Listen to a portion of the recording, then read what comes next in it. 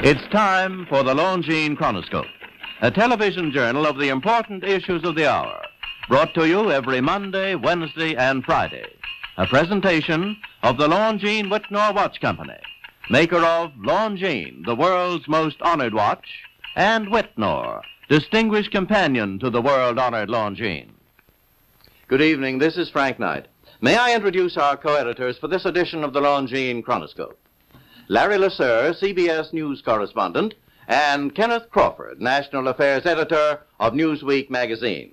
Our very distinguished guest for this evening is Admiral Richard E. Byrd.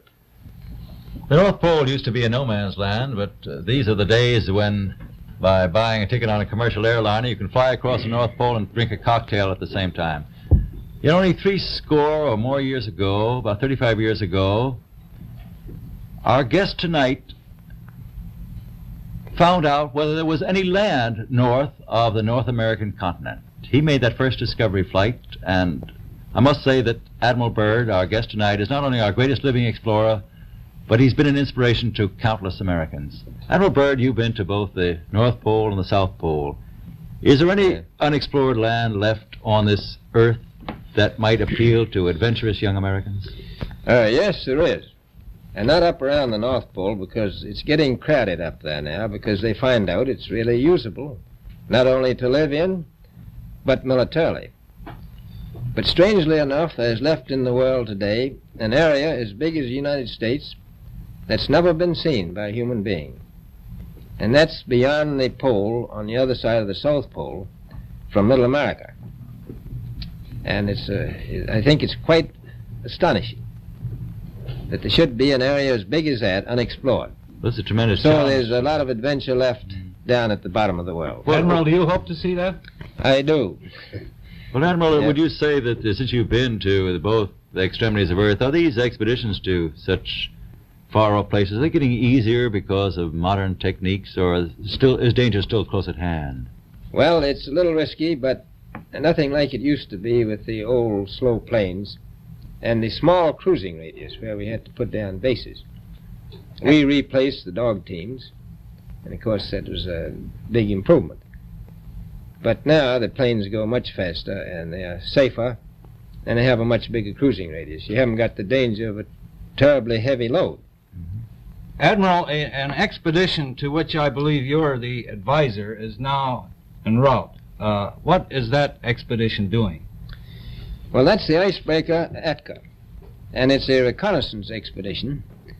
It's going down to the South Pole area to make certain observations and to look for some bases. They will be back in April, and they will report back, and upon the information we get from that undertaking, we will base the bigger expedition that's to follow. Is that very definitely planned, or is that... That is being planned right now. So I'm willing to say to you that there will be a number of expeditions that will follow, I think, year after year, at the bottom of the world, because the government has really become interested. Well, Admiral Byrd, I can understand, I think everybody can, the interest in the North Pole because it's so near our greatest challenger, Soviet Russia. But why this interest in the bottom of the world? Nobody living down there, is there? No, it's pretty cold.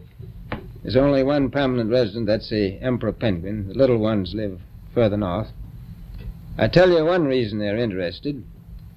It's by far the most valuable, important place left in the world for science. That's why the scientific groups all over the nation are really interested. But more important than that, it has to do with the future of the nation, those to come after us, or even during your lifetime, because it happens to be an untouched reservoir of natural resources. And, as the world shrinks with an ever-increasing acceleration, far-flung places, once useless, like we thought the North Pole was, and no man's land, become very useful. The bottom of the world will be important, not only to us, but to our allies. I was going to ask you, does it have military importance? It has some, and as the world shrinks, it will continue to shrink with an ever-increasing acceleration. thus bringing these places closer. And in the future, I can see a time when it will be very, very important strategically. Well, has the development of air power increased the strategic importance of places like the very much Parma so. Peninsula, we'll say? Very much so. Even now, if anything happened and we lost the Panama Canal, we would have to control the islands just north of Antarctica, which are part of Antarctica, and between there and Cape Horn. I've heard it said that there are 7 continents in the world, and one of them has never been seen by a woman, and that's Antarctica. Is that actually true? Well, if the Palm Peninsula is an island, as far as I know, that's true. No woman's ever stepped foot upon the Antarctic continent, and it's the most peaceful place in the world. Well, I'm sure that won't last very long. I understand that now that you're working with the Arnold Bread Company in charge of frozen foods. Now, is there any future for frozen foods down these frozen extremities? Well, I think the human race can be helped by that. This was thought out by Dean Arnold, who's, in my opinion, a great humanitarian. He learned that we went down there after 4 or 5 years and finished a meal that we had left there on the table when we had evacuated Little America. Everything was perfect, including the bread. So he got the idea of this frozen bread, and already he sent some to Europe, and it worked very well over there for some of the starving people. So you can store it down to the Antarctic, and against the lean years, and you wouldn't have any people in the world really starving if you did that. Yes, in the event of an atomic war. You'd stay there forever. Admiral, you speak of the resources of Antarctica. What are they? What are the natural resources there? Well, we've found enough of coal within 180 miles of the South Pole in a great ridge of mountains. It's not covered with snow, enough to supply the whole world for quite a while. Well, that's the coal. Now, there's evidence of many other minerals. We are pretty sure there's oil. Now, that coal shows the bottom of the world. Now, by far the coldest spot in the world. Where that coal is gets 100 below zero in the winter. Well, it was once tropical. So we think there's oil there, and there's evidence, probably uranium there. Is it any secret? Is there uranium there? That would be the only thing that would be practical to actually go after, I suppose. Everything else would be economically unfeasible, wouldn't it? Well, as we recklessly expend our resources, the time will come when we'll have to go after that stuff down there. Well, you know, I avoided what you said about uranium. I'm not sure about that. I don't want to have the world fighting over the Antarctic. Admiral Byrd, is there a competition among other nations to try to get information about Antarctica and possibly to secure some of these resources? Well, yes.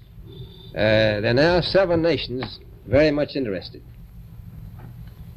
Russia is interested tremendously. That I'm sure of. Australia has an expedition down there. The Argentine, the Chile, New Zealand, Britain, and so on. Now, you can understand those people down there being interested because they live down there. The New Zealanders, the Argentinians, the Chileans, and the Australians. And so we don't do much about claiming anything. Admiral, you make this sound a little crowded. Are there that many expeditions now there or en route there? Well, you know, as I said, it's the most peaceful place in the world, but I don't think it will be for long because of this intense interest on the part of other nations and this nation. Well, Admiral Byrd, are private expeditions a thing of the past? Is expedition and exploration, making expedition and exploration now purely a government function because of the tremendous cost and organization? No, I don't think so. I think down south it may be more or less a thing of the past, but not other expeditions that go there. A lot of them go north now. This latest expedition now on the way is a government expedition, I take it. Yes, that's the government. Admiral Byrd, may I ask you, is there a great difference between the top of the world and the bottom of the world? There is. Now, the North Pole is the center of an ocean 10,000 feet deep. The South Pole, the center of a plateau, 10,000 feet high. The North Polar Sea is surrounded by continents that are slightly frozen. The Antarctic continent is surrounded by a belt of ice frozen seas of at least 1,200 miles thick. Now, the south is a plateau. It gets in some places 14,000 feet up. I've been over areas about 13,000, and it's a little bit chilly up there. So there's that big difference between the top and bottom of the world. The north really isn't very cold up there on the Arctic Ocean. Not compared to the south. Admiral Byrd, we often hear it said that our young Americans now aren't as hardy as their forefathers. Do you think that Americans do measure up to the standards, the physical standards and morale standards of the past? I do. I don't believe that. I think they're just as hardy. Well, what would you say was the most valuable factor on an expedition? Is it morale, or physical courage, or is it sheer equipment?